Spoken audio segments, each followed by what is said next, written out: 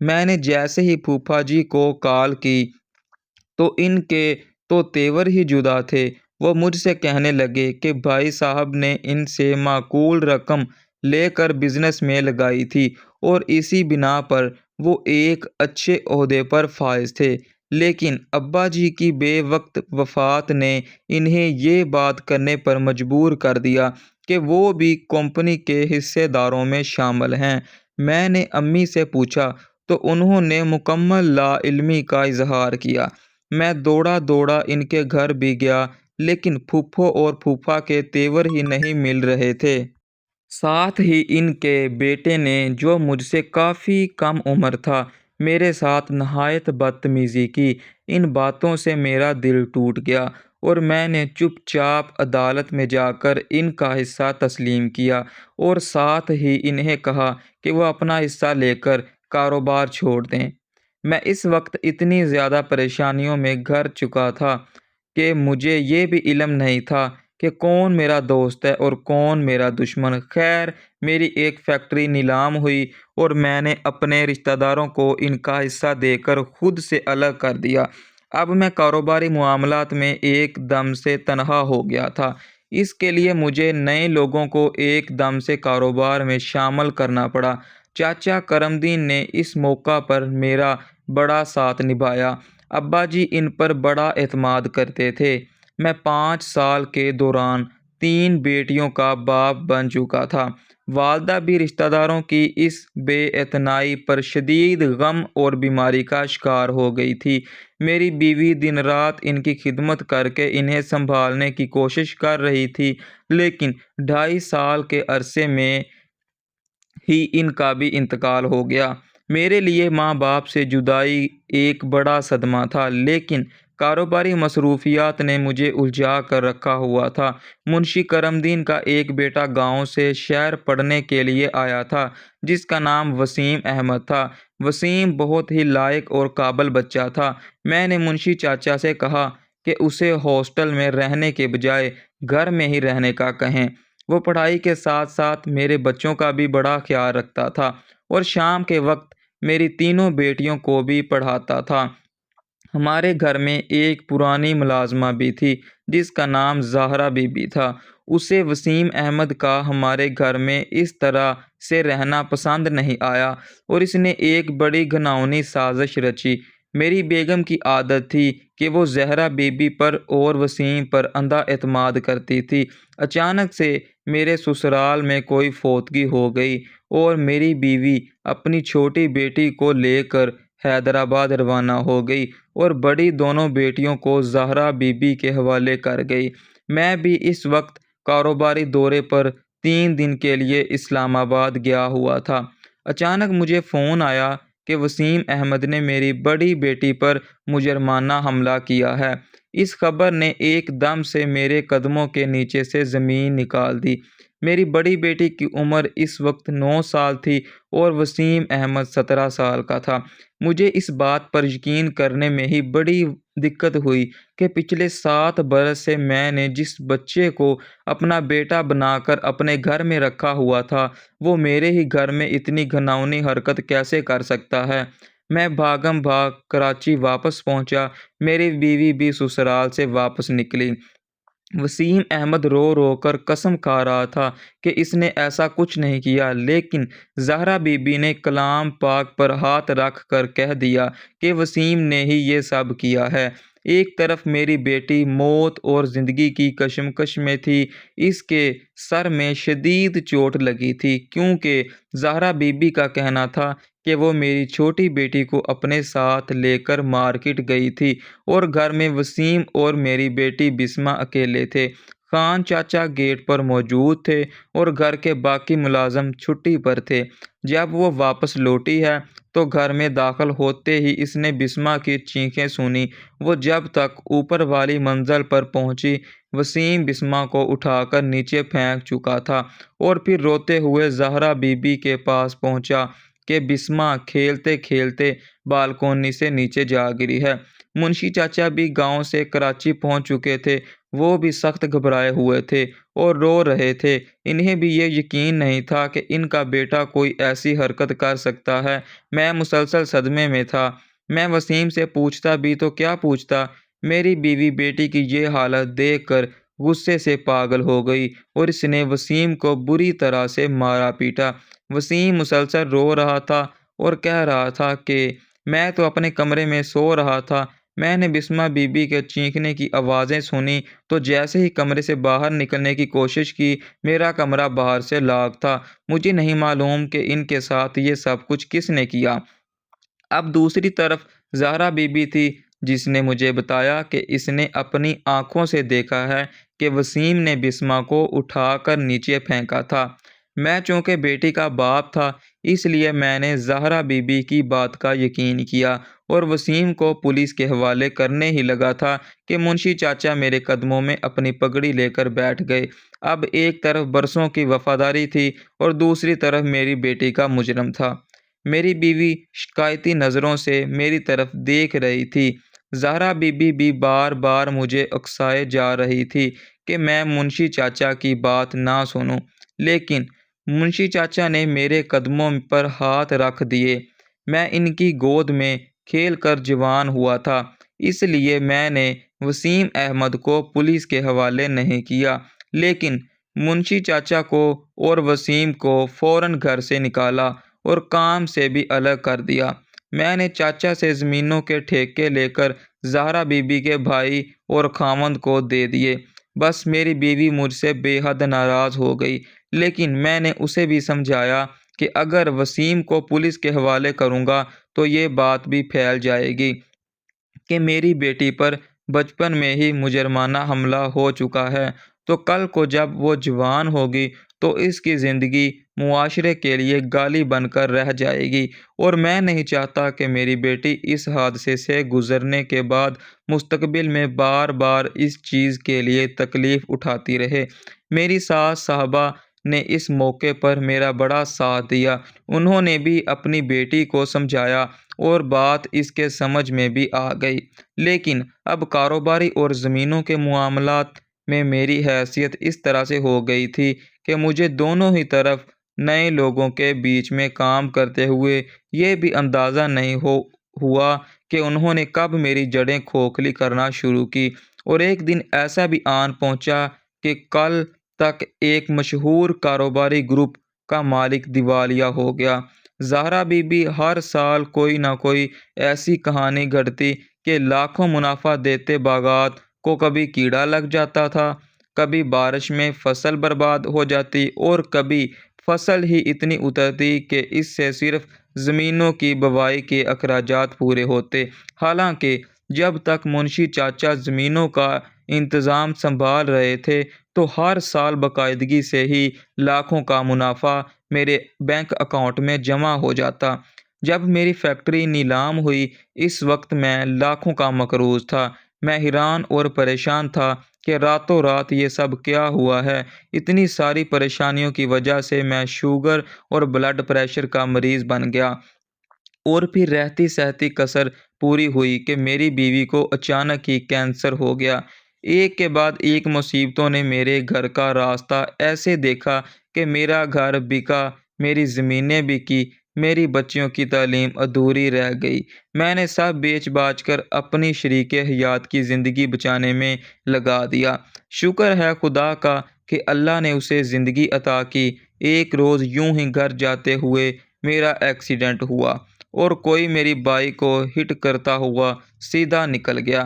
میری ٹانگ گھٹنے کے پاس سے ٹوٹی۔ میں 4 ماہ سول ہاسپٹل میں داخل رہا۔ شوگر کی وجہ سے میرا زخم ٹھیک ہونے کا نام ہی نہیں لے رہا تھا۔ بڑی مشکلوں سے ہڈی تو جڑ گئی۔ اب حالت یہ تھی کہ بیوی کا زیور بھی بک کر میرے علاج پر لگ گیا تھا، اور میں ایک چھوٹے سے گھر میں منتقل ہو گیا تھا جو میرے سالوں نے اپنی بہن کو لے کر دیا تھا۔ تنگ ہو کر میں نے ہاسپٹل چھوڑا اور اب میری بیوی ہی میرے زخم کی دیکھ بھال کرتی تھی۔ کچھ تو زخم ٹھیک ہو گیا، لیکن پاؤں کا زخم مسلسل ہرا ہی تھا۔ میری بڑی بیٹی MBA کے آخری سال میں اپنی پڑھائی چھوڑنے پر مجبور ہوئی تھی اور چھوٹی دونوں بیٹیاں BSc کو خیرباد کہہ کر گھر بیٹھ گئی تھی۔ زہرا بی بی زمینوں کے بکتے ہی گاؤں جا چکی تھی اور مجھے بہت بعد میں علم ہوا کہ میری بیٹی کی زندگی برباد کرنے والا وسیم نہیں تھا بلکہ زہرا بی بی کا اپنا بھتیجا تھا۔ میری بیٹی کے سر میں لگنے والی چوٹ نے اس کی یادداشت کا بھی بڑا نقصان کیا تھا۔ زہرا بی بی نے یہ سب کچھ اس لیے کیا تھا کہ انہیں وسیم کا میرے گھر میں رہنا پسند نہیں تھا کہ نوکر ہو کر بھی وہ کس طرح میرے بیٹوں کی طرح پرورش پا رہا تھا اور وہ پڑھائی میں اتنا ذہین تھا جس کی وجہ سے زہرا بی بی اس سے حسد کرتی تھی۔ اب میری ایسی حیثیت نہیں تھی کہ میں زہرا بی بی یا اس کے بھتیجے سے باز پرس کرتا اور کہیں نہ کہیں سے یہ خبر رشتہ داروں تک بھی پہنچ گئی تھی کہ بسمہ کسی حادثے کا شکار ہو گئی ہے۔ اس لیے خوبصورت اور سلیقہ شعار ہونے کے باوجود بھی میری بچی کا کہیں سے بھی رشتہ نہیں آیا۔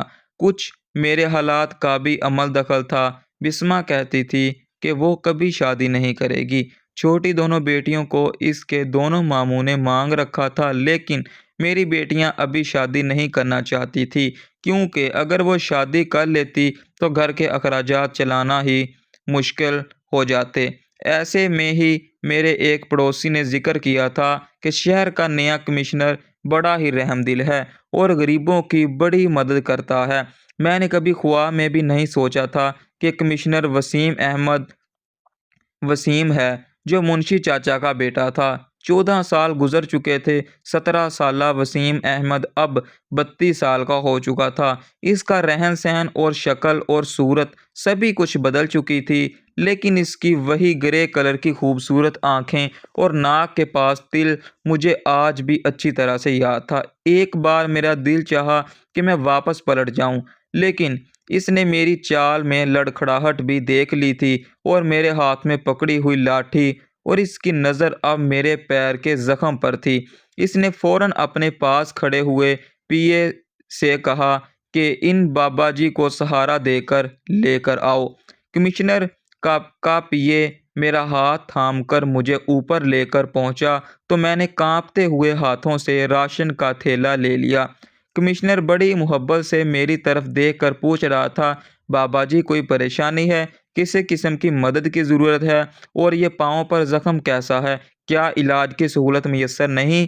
میں چپ چاپ کھڑا تھا کیونکہ مجھے یقین تھا کہ اگر میں بولتا تو وہ بھی مجھے پہچان لیتا۔ اس کا PA بھی مجھے بار بار پوچھ رہا تھا۔ میں ابھی خاموش ہی کھڑا تھا کہ اچانک تیز ہوا کا جھونکا آیا اور میرے چہرے سے چادر ہٹ گئی۔ سفید داڑھی اور الجھے ہوئے بال میں کہیں سے بھی سیٹھ سلمان احمد نہیں لگ رہا تھا۔ میں اس وقت اتنا شرمندہ تھا کہ میرا دل چاہ رہا تھا کہ زمین پھٹے اور میں زمین میں سما جاؤں۔ اچانک سے وسیم احمد کی نظر میرے چہرے پر پڑی اور وہ کانپتی ہوئی آواز میں بولا، صاحب جی آپ۔ میں نے آنسو بھری نظروں سے اس کی طرف دیکھا اور پیچھے ہٹنے کی کوشش کی تو اس نے مضبوطی سے میرا بازو تھام لیا اور اپنے PA سے کہنے لگا کہ قطار میں لگے ہوئے باقی مسکینوں کو جلد از جلد راشن دے دیں۔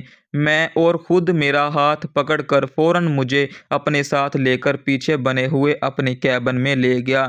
مجھے کرسی پر بٹھاتے ہوئے وہ میرے قدموں میں بیٹھ گیا اور میرے چہرے کو اپنے رومال سے صاف کر کے کہنے لگا، صاحب جی ایسے مت روئیں، میرا دل بڑا دکھ رہا ہے۔ میں جو کچھ بھی ہوں آپ کی وجہ سے ہوں۔ مجھے معاف کر دیں کہ میں نے کبھی بھول کر بھی آپ کی خبر گیری نہیں کی۔ شرمندگی کی وجہ سے کہ آپ تو مجھے مجرم سمجھتے ہیں لیکن میرا خدا گواہ ہے کہ میں نے وہ ظلم نہیں کیا تھا۔ میرے ابا جی نے بھی مجھے اب تک معاف نہیں کیا۔ میں بڑی سے بڑی قسم اٹھانے کے لیے تیار ہوں۔ بس ایک بار آپ دونوں مجھے معاف کر دیں۔ میں وعدہ کرتا ہوں کہ اس کے بدلے میں آپ جو بولیں گے میں کروں گا۔ میں نے اس کی بات سنی تو اس کے سر پر ہاتھ رکھ کر رو پڑا اور کہنے لگا، میرے بچے تم مجھے معاف کر دو کیونکہ مجھے 7 سال پہلے ہی پتہ لگا ہے کہ یہ سب تو نے نہیں کیا تھا بلکہ زہرا کے بھتیجے نے کیا تھا اور اس وقت میری حالت ایسی نہیں تھی کہ میں اپنی بیٹی کے مجرم کو کوئی سزا دیتا۔ معلوم نہیں یہ سب کس بات کی سزا ہے کہ میرا ہنستا بستا گھر اجڑ کر رہ گیا اور میری معصوم بیٹیاں اپنے بوڑھے اور بیمار باپ کو دن رات محنت کر کے کما کر کھلا رہی ہیں۔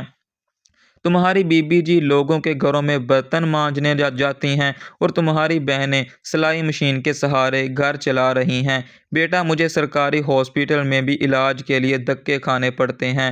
برسوں سے جمع غبار میری آنکھوں سے آنسو بن کر بہہ رہا تھا۔ وسیم احمد کہنے لگا صاحب جی ایسے مت روئیں، میرا دل بہت دکھی ہے اور میں بہت شرمندہ ہوں۔ میں پچھلے 3 سال سے کمشنر بن گیا ہوں اور اس شہر میں پوسٹنگ ہوئے بھی سال ہونے والا ہے۔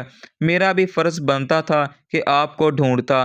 زہرا بی بی کے ارادے شروع سے ہی غلط تھے اور ابا ہر وقت جلتے کڑتے رہتے تھے جب تک گاؤں میں رہے، کیونکہ اس کا شوہر نظام اور اس کا بھائی شیردل آپ کے زمینوں کو ٹھیکے پر دے دے کر گاؤں کے چودھری بن گئے تھے۔ میں نے اسے اپنے سارے حالات بتا دیے۔ باہر راشن کی تقسیم ختم ہو چکی تھی۔ پی اے جیسے ہی کمرے میں داخل ہوا، یہ دیکھ کر حیران رہ گیا کہ اس کے کمشنر صاحب ایک بھکاریوں جیسے حلیے کے بوڑھے انسان کے قدموں میں بیٹھے ہوئے تھے۔ وہ منہ کھولے کھڑا تھا اور ہم دونوں کو دیکھ رہا تھا۔ وسیم احمد نے اپنا چہرہ صاف کیا اور اس کی طرف منہ کر کے کہا، صدیقی صاحب ایسا کریں، آج کا باقی پروگرام کینسل کریں۔ مجھے آج بڑی ہی ذاتی قسم کی مصروفیت آن پڑی ہے۔ میری گاڑی تیار کروائیں اور پروٹوکول کی گاڑی میرے ساتھ نہیں جائے گی۔ اس کا پی اے پریشان ہو کر کہنے لگا، سر گاڑی تو تیار کروا دیتا ہوں لیکن شہر کے حالات ایسے نہیں ہیں کہ ہم اکیلے آپ کو کہیں جانے دیں، اس لیے آپ ہماری بات سمجھیں، پروٹوکول کی گاڑی تو ہر صورت آپ کے ساتھ جائے گی۔ وسیم کے چہرے پر پریشانی کے اثرات تھے۔ میں نے اس کا ہاتھ پکڑ کر کہا، بیٹا پی اے صاحب صحیح کہہ رہے ہیں، تو وہ رضامند ہو گیا۔ تھوڑی ہی دیر بعد ہم دونوں گاڑی میں سفر کر رہے تھے۔ وسیم احمد نے راشن کے اس تھیلے کو واپس وہیں رکھ دیا تھا۔ اس نے گاڑی راستے میں روکی اور گھر کی ضرورت کا سامان رکھوایا، ڈھیر سارے پھل فروٹ خریدے اور پونے گھنٹے بعد وہ میرے گھر کے سامنے پہنچ گیا تھا۔ اہل محلہ بڑے حیران پریشان ہو کر اس کی سرکاری گاڑی دیکھ رہے تھے۔ جب وسیم نے گاڑی سے اتر کر میرے لیے دروازہ کھولا اور مجھے سہارا دے کر میرے گھر میں داخل ہوا تو لوگوں کی آنکھیں پھٹی کی پھٹی رہ گئی تھی۔ میری دونوں چھوٹی بیٹیاں اندر ظہر کی نماز پڑھ رہی تھی اور بسمہ سلائی مشین پر جھکی ہوئی تھی۔ ایک اجنبی انسان کو دیکھ کر وہ گھبرا کر اٹھ بیٹھی تھی اور اپنے پرانے سے دوپٹے کو اور بھی آگے کر لیا تھا۔ وسیم احمد کی نظریں جھکی ہوئی تھی۔ میں نے خوشی خوشی بسمہ کو بتایا کہ یہ وسیم ہے تو اس کے چہرے پر پریشانی نظر آنے لگی۔ میری بیوی بھی اسی وقت کام ختم کر کے لوٹی تھی۔ گھر کے باہر کھڑے ہوئے گارڈز کو دیکھ کر وہ گھبرا گئی تھی اور دو سرکاری گاڑی دیکھ کر وہ گھبرائے ہوئے انداز میں اندر داخل ہوئی تو وسیم پر نظر پڑتے ہی اس کے ہاتھ میں پکڑا ہوا بچے ہوئے کھانے کا شاپر نیچے گر گیا۔ وسیم احمد تیزی سے آگے بڑھا تھا اور اس کا ہاتھ پکڑ کر اسے اپنے ساتھ اندر لایا تھا۔ میری بیوی نے وسیم کو بالکل بیٹے کی طرح پالا تھا، اس لیے اس کے گلے سے لگ کر بے اختیار رونے لگی۔ وسیم احمد نے کچھ دیر تو اسے رونے دیا اور پھر اسے چپ کروا کر کہنے لگا، بی بی جی ایسے مت روئیں، میرا دل بہت دکھ رہا ہے۔ ہم لوگ اب اطمینان سے بیٹھ کر باتیں کر رہے تھے۔ بسمہ چپ چاپ کچن میں جا چکی تھی اور میری دونوں چھوٹی بیٹیاں آ کر وسیم سے ایسے لپٹ گئی تھی جیسے بچپن میں لپٹ جاتی تھی۔ وسیم ان کے سگے بھائی کی طرح ہی تھا۔ میں نے اپنی بیوی کی طرف اشارہ کیا اور وہ سمجھ کر جلدی سے پڑوس میں بھاگی۔ ٹھنڈے پانی کی بوتل اور جوس کا انتظام کرنے وسیم روکتے ہی رہ گیا۔ وسیم نے فون کر کے اپنے ڈرائیور سے کہا کہ وہ باقی کے لوگوں کو واپس جانے کا کہہ دے۔ وسیم شام کو خود ہی واپس آ جائے گا۔ ایک گارڈ اور ڈرائیور کو چھوڑ کر وہ لوگ واپس چلے گئے۔ میں نے دونوں چھوٹی بیٹیوں کو اشارہ کیا تو وہ راشن کو اٹھا کر کچن میں لے گئی۔ بسمہ شاید دال چاول کی تیاری کر رہی تھی۔ ذرا ہی دیر میں دوپہر کا کھانا بنا تو بچیوں نے دسترخوان لگا دیا۔ ہم لوگ ایک مکمل خاندان کی طرح بیٹھ کر کھانا کھا رہے تھے۔ بسمہ نے تھکن کا بہانہ کر کے دسترخوان پر آنے سے انکار کر دیا تھا۔ میں نے وسیم کے چہرے کی طرف دیکھا تو اس کے چہرے پر ایک سایہ سا گزر گیا تھا۔ وسیم کچھ دیر ہمارے ساتھ بات چیت کرتا رہا اور پھر وہ شام کے بجائے جلدی ہی واپس چلا گیا۔ اس نے مجھ سے اور میری بیگم سے وعدہ لیا تھا کہ وہ کل کو گاڑی بھیجے گا اور ہم سب کو اس کے گھر آنا پڑے گا۔ میں دوسرے کمرے میں جا کر لیٹ گیا۔ میں نے اپنی بیوی کو اشارہ کیا تھا کہ وہ بسمہ کو جا کر دیکھے۔ دونوں بچیاں بھی اپنی بہن کے پاس جا گھسی تھی۔ میں جانتا تھا کہ اس وقت وہ کس قدر ذہنی اذیت سے گزر رہی تھی۔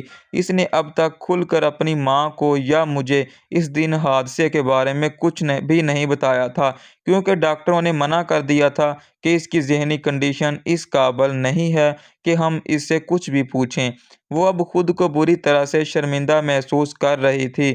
وسیم کے سامنے میری بیوی اور چھوٹی بیٹیوں نے اسے سنبھالا دیا اور کہا کہ وسیم احمد بہت اچھا انسان ہے، وہ کبھی بھی اس گزرے ہوئے وقت کا ذکر کر کے اسے شرمندہ نہیں کرے گا۔ میرے دل میں وسیم کو دیکھ کر ایک خیال ابھرا تھا، لیکن میں خود ہی اپنے خیال پر کچھ شرمندہ سا تھا۔ گزرے کل میں نے وسیم کے ساتھ کس قدر ظلم کیا تھا کہ اب میں اس سے کچھ بھی امید رکھتا تو یہ غلط ہو جاتا۔ اگلے دن بڑی ہی مشکل سے میں نے بسمہ کو اپنے ساتھ چلنے پر رضامند کیا تھا۔ مقررہ وقت پر گاڑی پہنچی۔ ہم سب نے اپنے بہترین لباس زیب تن کر رکھے تھے۔ برسوں بعد میں نے اپنے بچوں کے چہرے پر خوشی دیکھی تھی۔ میری بیوی بھی آج بہت مطمئن نظر آ رہی تھی۔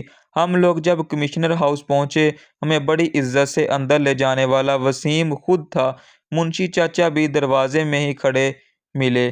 بہت زیادہ بوڑھے ہو گئے تھے، لیکن سفید کاٹن کے کلف لگے کپڑوں میں انہیں دیکھ کر مجھے دلی سکون حاصل ہوا۔ ان کی بیگم کا پچھلے برس ہی انتقال ہوا تھا۔ وسیم کی دونوں چھوٹی بہنیں بھی شادی کر کے اپنے گھر کی ہو چکی تھی۔ اب دونوں باپ بیٹا ہی گھر میں اکیلے رہتے تھے۔ گھر میں ملازموں کی پوری فوج تھی، لیکن بنا عورت کے کوئی بھی گھر نہیں ہوتا۔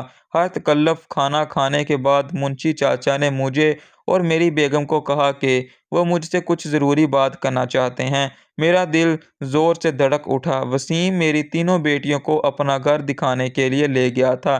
بسمہ نے ماں کی طرف دیکھا تو اس نے اسے جانے کا اشارہ کیا تھا۔ منشی چاچا نے بہت عزت اور احترام کے ساتھ بسمہ کا رشتہ وسیم کے لیے مانگا تھا۔ یہ سن کر احسان مندی سے میری آنکھیں بھیگ گئی۔ میری بیوی نے سمجھداری کا مظاہرہ کیا تھا اور منشی چاچا سے کہا کہ وہ بسمہ کی رضامندی معلوم کر کے انہیں جلد ہی بتا دیں گی۔ منشی چاچا نے بڑی امید بھرے لہجے میں کہا تھا کہ وہ برسوں سے بسمہ کو اپنی بہو کے روپ میں دیکھتے آ رہے ہیں۔ میں جانتا تھا کہ انہیں میرے حالات کا اچھی طرح سے علم ہے۔ دوسری طرف وسیم نے بسمہ کو براہ راست اسٹڈی میں لے جا کر اس خواہش کا اظہار کیا کہ وہ اس سے شادی کرنا چاہتا ہے۔ دونوں چھوٹی اس وقت گھر دیکھنے میں مگن تھی۔ بسمہ نے اسے کہہ دیا تھا کہ جو بھی فیصلہ والدین کریں گے وہ اس پر رضامند ہے۔ ٹھیک ایک ماہ بعد میری بیٹی بڑے مان کے ساتھ بیاہ کر کمشنر وسیم احمد کے گھر کی رونق بن گئی۔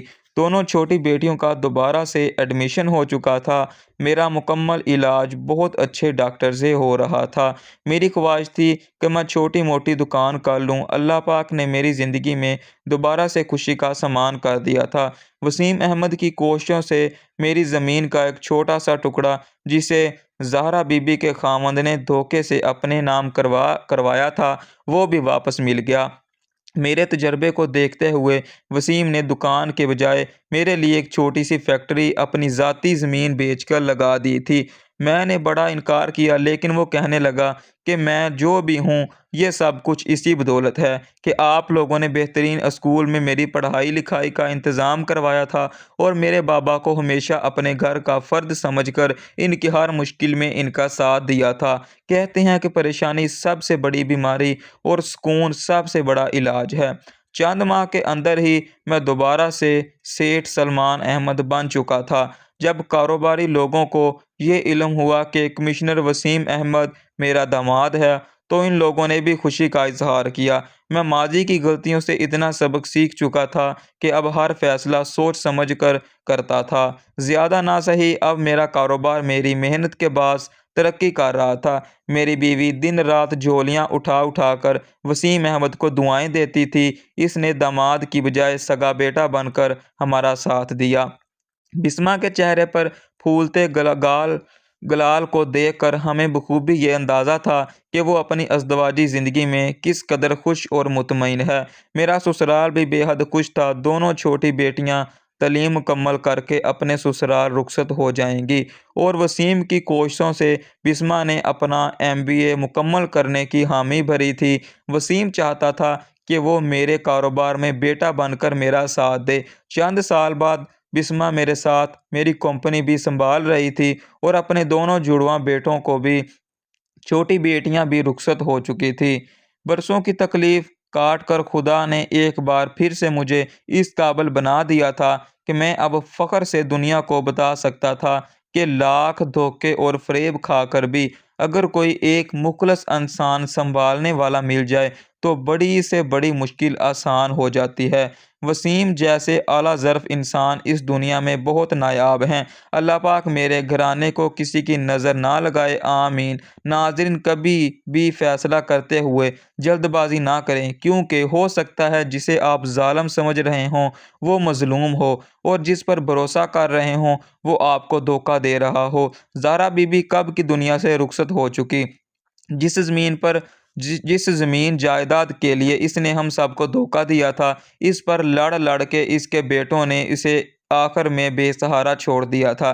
بے شک کفن میں جیب نہیں ہوتی اور سب نے ہی اس دنیا سے خالی ہاتھ رخصت ہو جانا ہے۔